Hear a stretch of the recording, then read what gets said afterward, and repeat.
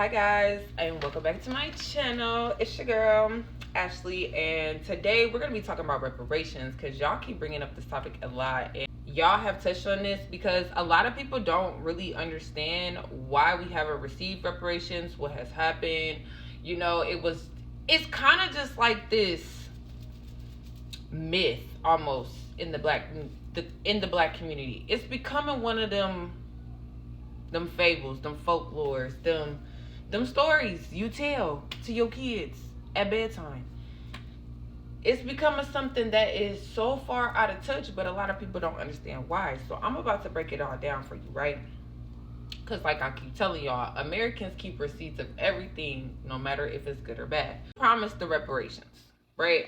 We got to go back. So the promise of reparations for slavery in the United States was notably articulated in 1865 for Special Field Order Number 15, which authorized the redistribution of approximately 400,000 acres of land from Confederate owners to newly free slaves. Okay, so this order was a part of a way to integrate the newly free slaves back into society, right? I mean, damn, the slave owners had acres on top of acres on top of acres of land. And you mean to tell me these people that have worked for you all these hundreds of years can't have a sliver of your land? White man. Jesus. Anyway, so again, like I said, this was just a way to help the slaves get on their feet, like give them a little bit of dignity. Shit, mind you, just dignity. However, President Andrew later reversed this order, returning the land back to its original owners, the masters, which nullified the promise of reparations. Now, this concept of reparations has been a recurring idea in the U.S., which, if it wasn't for President Andrew Johnson, looks like a lot of people's ancestors would have land, and a lot of us would have inherited land, and that wouldn't have been good. Why? Because it would have gave black people generational wealth, which was something that they never would have fucking wanted from the beginning, right? Now, President Andrew ended up reversing the order, field number 15, due to his belief in the sanctity of private property rights. Mind you, the same slaves that worked on this private ass property. He viewed the confiscation and redistribution of the land for former Confederates as an infringement on these rights. So basically what they said is that black people still don't mean shit, right? We had absolutely no rights. They had all the rights still, which they still do to this day, which is fucked up. I'm not saying it's right. I'm just telling y'all, like back then it was crazy, right? So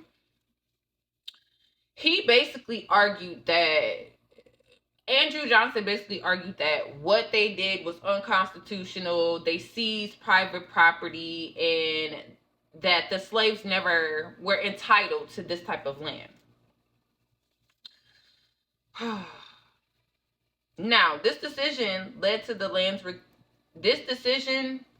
lands being returned back to their original owners, and the revocation impacted the free people who had already settled on these lands.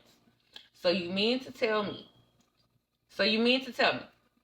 the people that work for you for fucking free, that you beat, that you murdered, that you raped, that you lynched, that you stole everything you possibly fucking could and more. You mean to tell me once you freed these people, you gave them a sliver of land, and then you took it back after they moved,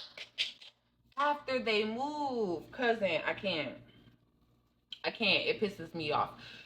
So this is where I stand, right? This is where I stand wholeheartedly.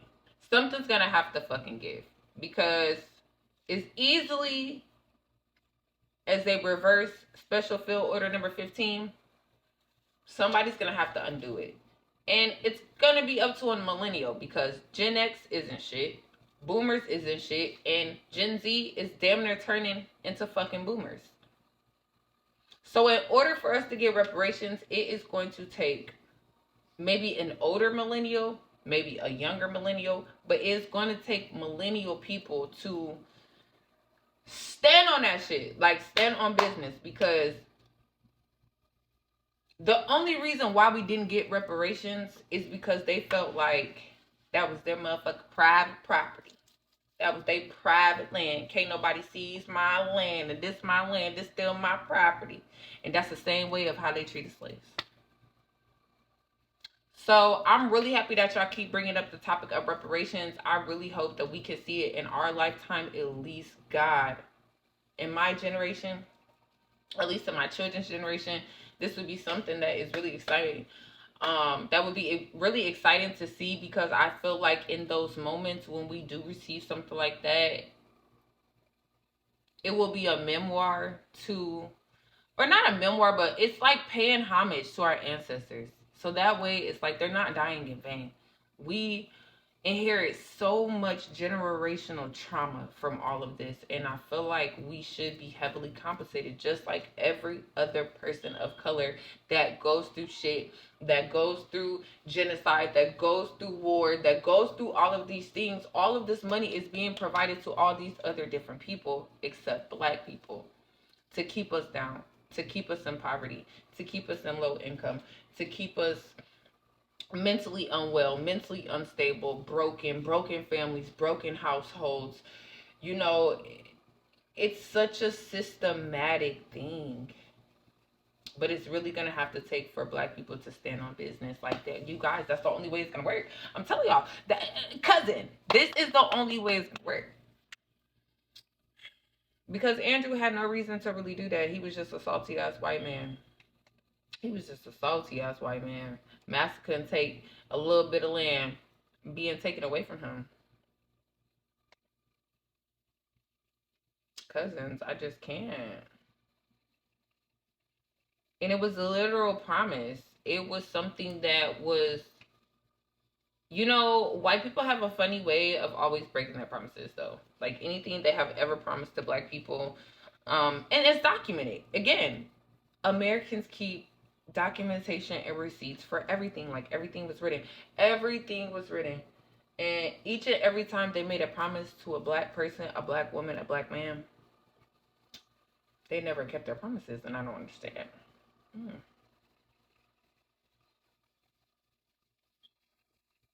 Mm, mm, mm.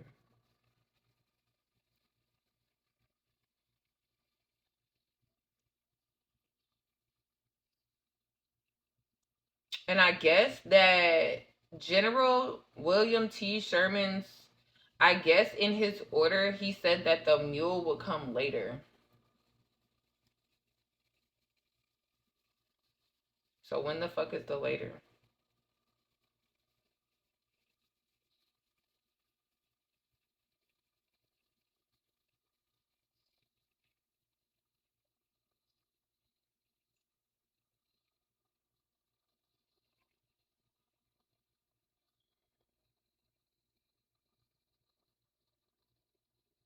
And I guess in the order, in section 2, it specifies that new communities, moreover, would be governed entirely by black people themselves on the islands and in the settlements hereafter to be established. No white person whatever, unless military officers and soldiers detailed for duty, will be permitted to reside. And sole and exclusive management of affairs will be left to the freed people themselves by laws of war and orders of the President of the United States. The Negro is free and must be dealt with as such. Finally, Section 3 specifies the allocation of land. Each family shall receive a plot of no more than 40 acres. Each family shall receive a plot of no more than 40 acres of land, and when it borders the water, no more than 800 feet from the water, in possession of the land which the military authorizes.